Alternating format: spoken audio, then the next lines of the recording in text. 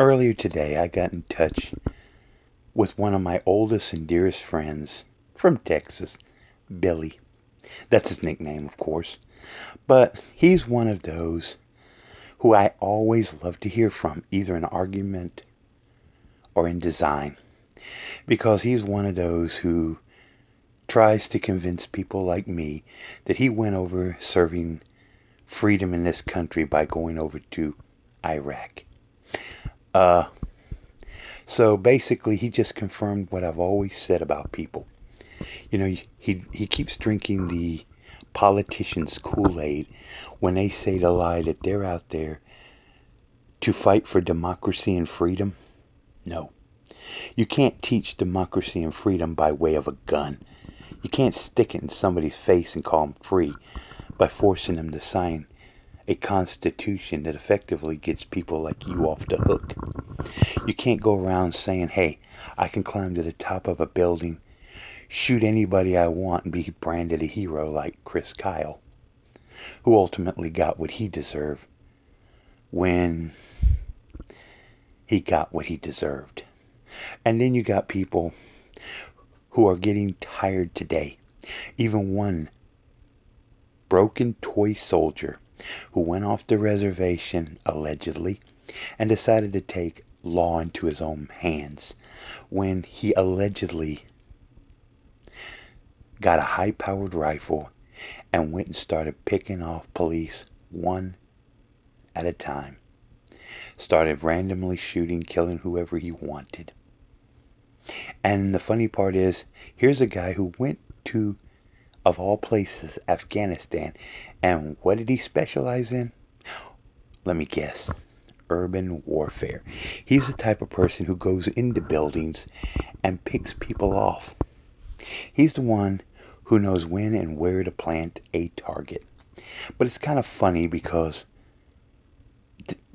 Texas, of all places, who honored with the Texas Medal of Honor a baby-killing murderer like Chris Kyle. They should be well appreciative of this guy. Maybe he should be the next one branded with the Texas Medal of Honor. Why? Because all he did was simply kill police officers. But are people going to celebrate that? No.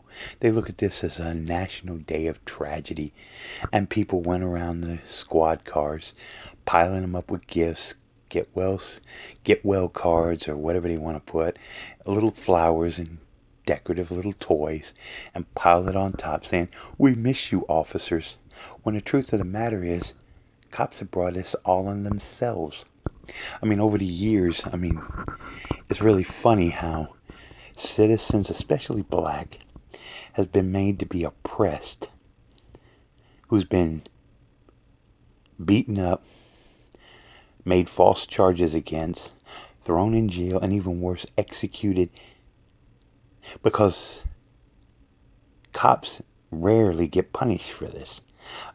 Even those cops in New Orleans who executed a guy for allegedly going for what?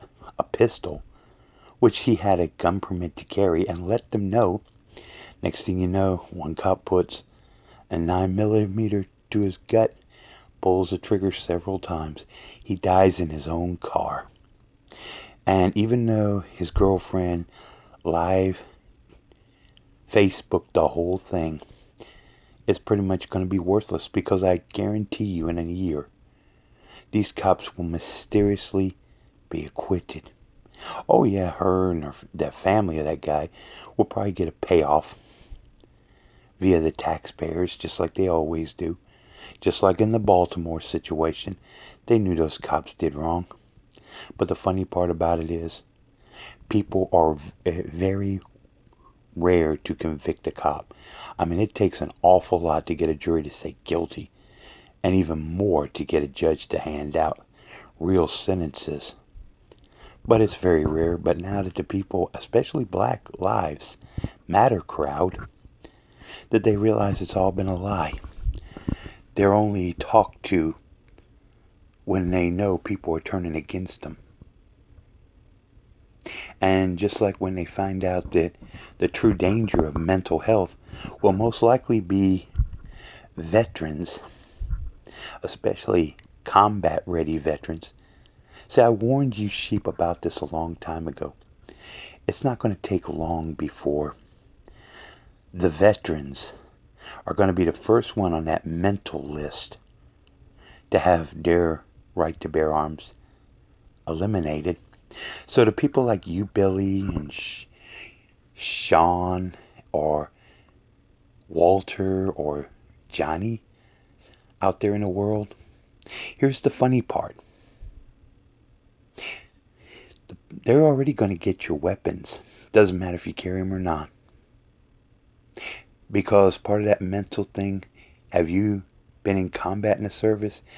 When you check that little letter in that little box, thinking you were out there defending democracy and freedom, Billy, that's going to be the very thing that's going to take your firearms. Because it doesn't take much to lose a right in this day and age.